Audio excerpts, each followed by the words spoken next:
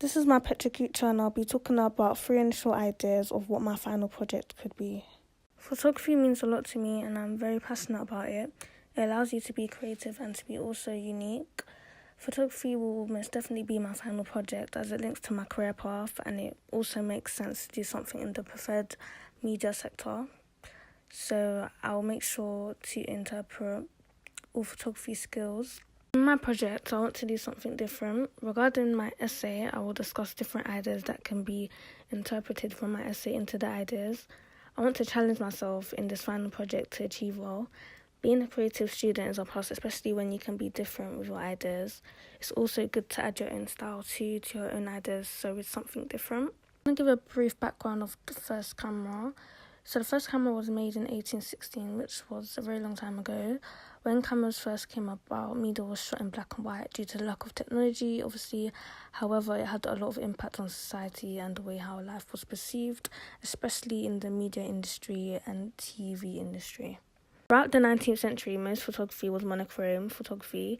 Images were either black and white or shades of sepia. Black and white photography is authentic and different, which links to my essay question, which was, why do people still like black and white in today's society?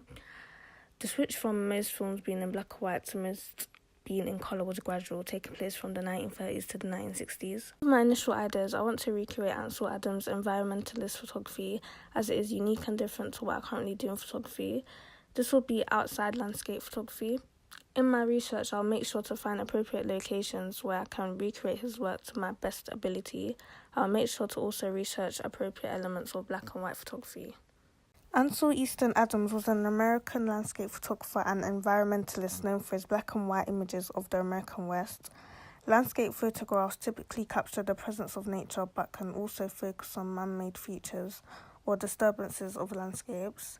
I'll definitely go into landscape photography more to understand the style and to learn how to capture the best landscape images for my final project. The Ansel Adams idea, I was shooting early landscape as that is what Ansel Adams did throughout his work. I'll also interpret his work as best as I can and will make my own unique book, which will be my final end product. Photographers usually pursue landscape photography, particularly as an outdoor lifestyle, to be involved with nature and the elements. Some use it as an escape from the artificial world too. Yusuf Karsh was a Canadian photographer known for his portraits of notable individuals. He has been described as one of the most greatest portrait photographers of the 20th century. Karsh migrated to Canada as a refugee. By the 1930s, he established himself as a significant photographer in Ottawa, where he lived most of his adult life. His iconic 1941 photograph of Winston Churchill was a breakthrough point in his 60-year career, through which he took numerous photos of known political leaders, men and women of the arts and sciences. Over 20 photos by Karsh appeared on the cover of Life magazine until he retired in 1992. I done research on Yusuf Karsh's work, and all of his images look to a high standard. There are 2 in black and white, and I also seen that he does a lot of close-ups and medium shots of the political leaders. It illustrated to me power and leadership, and it also shows emotion. In this initial idea, I was thinking to do a studio shoot recreating his work. This would be completely different to Ansel Adams' work, as he does landscapes whilst Yusuf Karsh does portraits. I'll be able to shoot in portrait and to master Yusuf's style in photography.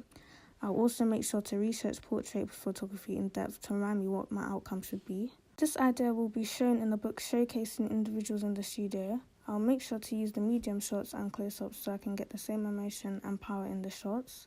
I'll do this by having hopefully the same set, for example, the backdrop being either black or white. It enhances the individual more as shown in Yusuf's work that I've looked at previously. In colour photography, electronic sensors or light-sensitive chemicals record colour information at the time of exposure.